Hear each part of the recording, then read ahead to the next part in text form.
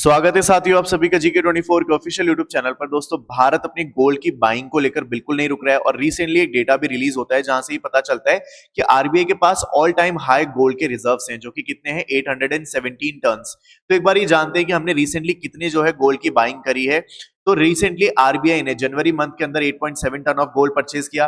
फिर उसके बाद आरबीआई ने फरवरी मंथ के अंदर 6 टन गोल्ड और परचेज किया। तो हमारे देश के अंदर टोटल गोल्ड रिजर्व जो है आज के डेट में वो है 817 टन्स। तो अब आपके दिमाग में सवाल ये आ रहा होगा कि आखिर इंडिया जो है यानी कि आरबीआई इतना ज्यादा गोल्ड क्यों परचेज कर रहा है, कि क्या आने वाले टाइम में गोल्ड की जो प्राइसेस है वो हाइक होने वाली है। तो इन सभी सवालों के हम जवाब देंगे आपको थोड़ी देर बाद, लेकिन उससे पहले जानना ही जरूरी है भारत के अगर टोटल फॉरेक्स रिजर्व की हम बात करें तो वो है 6.4 मिलियन यूएस डॉलर, जिसके अंदर गोल्ड जो है काफी हैंडसम परसेंटेज जो है होल्ड करके रखता है। तो चलिए अब जानते हैं कि इंडिया की फिर रैंक क्या आती है पूरे वर्ल्ड के अंदर गोल्ड रिजर्व्स के मामले में। तो इंडिया जो है 9th प्लेस पे आता है और इंडिया से ऊपर कौन है तो वो है जापान। और आपको बता दूं कि जापान और इंडिया के अंदर बहुत ज्यादा फर्क नहीं है। ये जो डेटा है आप जो देख रहे हो ये है 2020 का। आज की डेट में जो इंडिया का टोटल है वो है 7.1, जो कि बहुत ही क्लोज है जापान के। और ये इस बात में कोई भी दो राय नहीं है कि आने वाले टाइम के अंदर गोल्ड रिजर्व के मामले में हम जापान को भी पीछे छोड़ देंगे। तो सेंट्रल बैंक के जो ग्लोबल फॉरेक्स रिजर्व है उसके अंदर कई सारी चीजें आती है, जैसे कि डॉलर 58%, यूरो 20%, पाउंड 5% और अदर करेंसी 3 या 4%। तो यहाँ पे इन सभी के चलते अब जो गोल्ड का परसेंटेज है वो भी काफी ज्यादा हाई हो गया और अभी ये सेकंड नंबर पे आता है in terms of total global forex reserve का कंट्रीब्यूशन के मामले में। चलिए अब बात करते हैं कि आखिर इंडिया इतना ज्यादा गोल्ड क्यों बाय कर रहा है। तो देखो उसका सबसे बड़ा रीजन है डाइवर्सिफिकेशन। अगर आप किसी इंडिविजुअल की भी बात करें तो जब भी वो इन्वेस्टमेंट करता है तो क्या सोचता है कि वो कुछ शेयर्स खरीदे, कोई थोड़ा बहुत अमाउंट वो अपना जो है म्यूचुअल फंड में लगाए और बाकी का बचा हुआ गोल्ड में लगाए। तो इससे क्या होगा, उसको डाइवर्सिफिकेशन की वजह से रिस्क जो है वो काफी ज्यादा कम हो जाएगा।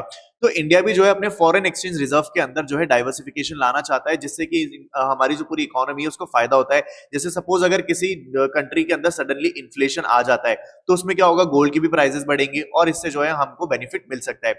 इसके साथ ही करेंसी की जो वैल्यू है उसके अंदर फ्लक्चुएशन और इकोनॉमिक अनसर्टेनिटीज, इनसे भी हमें डील करने में हेल्प करता है यहाँ पे डाइवर्सिफिकेशन या फिर गोल्ड।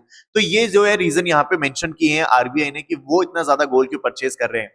तो देखो यहाँ पर वही बात है कि like individual investor government need to diversify their portfolios holding different investment vehicles mitigate the risk and ensure safety. ये वही बात है जो अभी हमने डिस्कस करी। तो देखो आपको भी पता है कि इंडिया के अंदर तो बेसिकली गोल्ड का खरीदना एक बहुत ही शुभ चीज मानी जाती है और बहुत टाइम से चला आ रहा है, जिसमें हम क्या करते हैं इकोनॉमिक अनसर्टेनिटी से बचने के लिए हम क्या करते हैं गोल्ड को बाय करते हैं। तो यहाँ पे कुछ नेशंस हैं, कुछ कंट्रीज हैं जो ऐसा मानती है कि ये जो अगर आप गोल्ड परचेस करते हो तो ये आपको स्टेबिलिटी देता है अगेंस्ट दी करेंसी के फ्लक्चुएशन जो होता है वैल्यू के अंदर उससे।